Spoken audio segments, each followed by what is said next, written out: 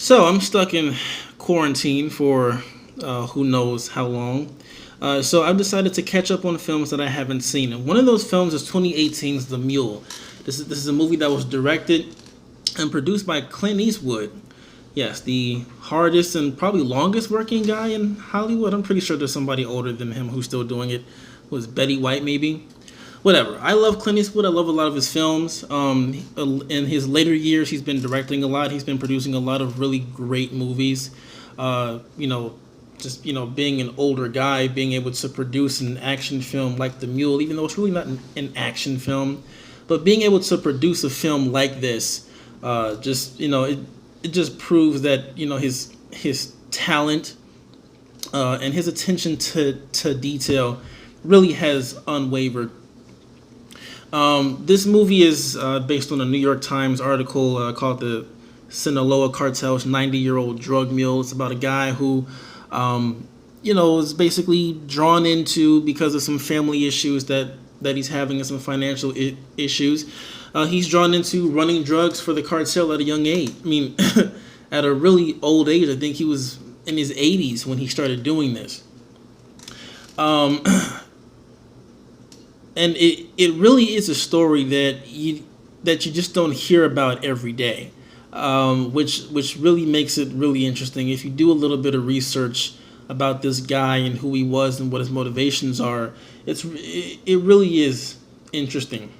Clint Eastwood took this and adapted it for the big screen, and it's an entertaining film. Not one of his best, but it really is entertaining. You got this guy, his name is Earl.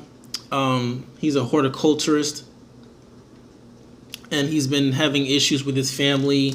He's estranged from his ex-wife, from his daughter. It kind of goes into why that's the case. He's missed a lot of big, family events, and his family just doesn't think he's a good guy. He's always put work ahead of them, ahead of everything that's been going on in his life. So you really get sort of a background for him. The movie is oddly paced, so we kind of go back to some of the things that he did, and back to and then we fast forward to the future and all of that. Not entirely sure why that's happening. And there's a little bit of this kind of throughout the film, and then at a certain point it kind of stops.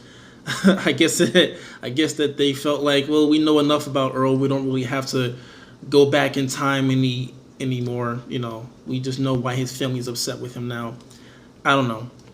But anyway, he's going through all of this, and then he meets this guy at a gathering for his granddaughter, who's like, hey, if you want to make some extra cash, you can start carrying these packages and we'll pay you some money. So he starts doing that, starts paying a few things off, making some friends, trying to get back in good with his family. And that's pretty much the story there. While simultaneously in Chicago, we have Bradley Cooper, who's playing a cop who is going after these drug runners and these mules. Him and Lawrence Fishburne are trying to take these guys down. And then we're just kind of watching how they're figuring out who Earl is and what he's doing, while Earl is trying to navigate, running these, drugs for the cartel. Clint Eastwood is really good in the film. But he pretty much plays the same person that he's been playing for the past few years. Grumpy old guy who's kind of likable, but at the same time you kind of hate him. That just seems to be his shtick now, which is fine. It works well for the movie.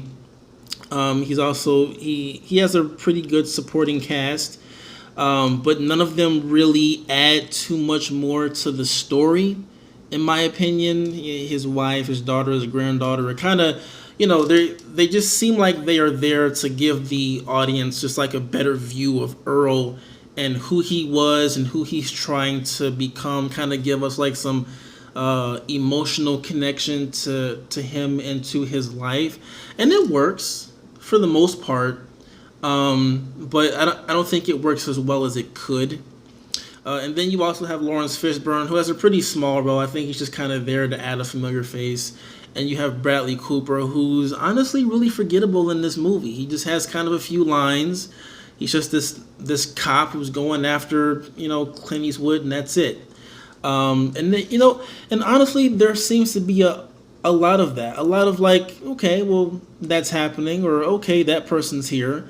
But nothing really stands out as really relevant or important, other than Clint Eastwood and this character Earl, which I do think hurts the film a lot. It's not that the film isn't entertaining. It's just that there doesn't really seem to be much more to take in, other than watching this guy Earl run drugs and the trouble that he gets into with these dangerous people. That just seems to be the story, and not much else was expanded from there, or not much effort was put into other areas of the movie. The film does get more interesting as as the character starts to do more drug runs, and then he starts running into more dangerous people. So you do get a little bit more story, a little bit more going on, but it really is a slowly paced movie with not much else happening around this Earl character. And while I do think that it's a really entertaining watch, I don't think it's a necessary one. If you're a Clint Eastwood fan, you can go look at Gran Torino or Trouble with the Curve or something, or any of his classic movies like Dirty Harry or anything like that, and you get a lot more out of them than you're going to get here. I'm excited to see what he does next. Hopefully he, I'm pretty sure he's working on something else. The guy never stops working. Hopefully he works on a film that has a little bit more going on, that's a little bit more memorable than this one was. Overall, I like The Mule, but I don't think that is something that you need to go out of your way to see. I'm pretty sure most of you have already seen it, but here are my thoughts. So what do you guys think of this review? Are you interested in watching The Mule if you haven't seen it already? And if you have seen it, what did you think? Did you get kind of a lukewarm feeling like I did, or did you think it was one of his better movies? Let me know in the comment section below. And also let me know, since we're all kind of stuck in our houses, are there any other films that you want me to watch and review? There are a ton out there that I haven't seen. Let me know in the comment section. Just leave a request. I'll watch the movie or TV show that you want me to review, and I'll have a review for you in no time. If you haven't done so already, go ahead and click that subscribe button so that you can get more content like this, which contains movie news, reviews, and reactions from your boy Derek right here at Anamanji. Don't forget to click that like button, and do not forget to click that bell notification so that you will know when I post again. That's all I have for now. Thank you so much for watching, and until next time, stay dope.